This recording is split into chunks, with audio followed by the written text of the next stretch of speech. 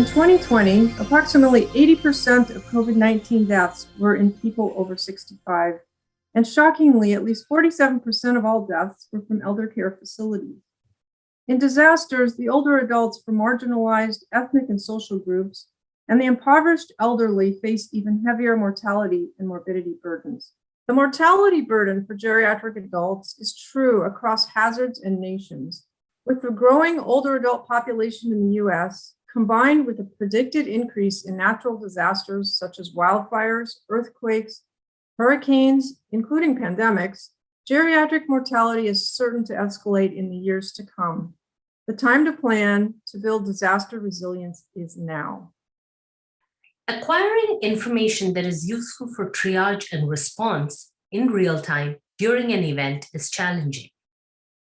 By creating information preparedness and building channels of information flow to address gaps, we can transform the dire outcomes for our older adults. And that is the goal of the CareDEX project. The Front Porch Center for Innovation and Wellbeing has partnered with UCI for a number of years. They have been absolutely wonderful in the telehealth efforts to make sure that our residents have access to telehealth services. We're interested in exploring this endeavor further to see how it can best benefit the residents. The Fire Protection Research Foundation, which is the research arm of the National Fire Protection Association, has been working with UC Irvine for several years, mostly around smart firefighting. We have been creating smart tools with fire service and emergency responders to help them plan and prepare and make better decisions in an emergency. So this is another step in our partnership, where we're actually looking at getting community contributed information and data that could help inform the emergency responders that are first on scene. Our approach to resilience through information preparedness begins with the creation of smart spaces. We designed and prototyped the CareDEX digital twin, a virtual replica of Summer House, a front porch memory care facility in Southern California, just north of Disneyland.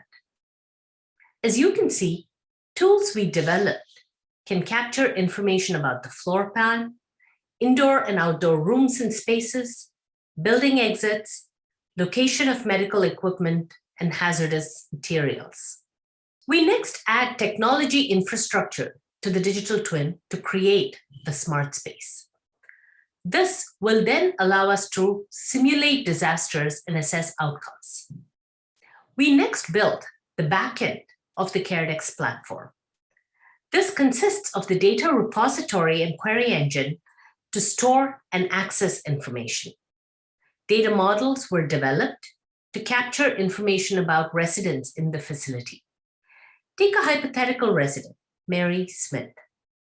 CareDEX will capture a variety of attributes about Mary, including her assigned room, ambulatory status, health information, and medications. Let's see how CareDEX can be used in a disaster setting, say a wildfire in California. It's 10 a.m. on a Friday morning. Residents in Walnut Village must be evacuated to safer ground. As firefighters approach the scene, CareDEX can provide live information from the facility. Data obtained from sensors is used to populate a dashboard with a floor plan, and current occupancy levels can be seen in different rooms. See, there are multiple residents in the dining room. First responders will use the CareDEX dashboard to obtain information on the level of assistance needed by residents. Remember Mary? Mary, with her wheelchair-bound condition and Alzheimer's falls, is in the maximum assistance category. But now we need to locate Mary. The dashboard tells us that Mary is in the resident garden, and the dashboard reminds us that with her diagnosis of dementia, transitions are difficult for her. So we should avoid touching her hair and to be certain that she has her red slippers for transport. Ultimately, we see CareDEX as being applicable in any congregate living setting where people live in close proximity and have specialized needs. For example, hospitals, prisons, rehab centers, childcare facilities, etc. The issue of how to deal with disasters for those populations who are not able to take care of themselves or even voice what they might be requiring is important, and we need to address it as a community and as a nation.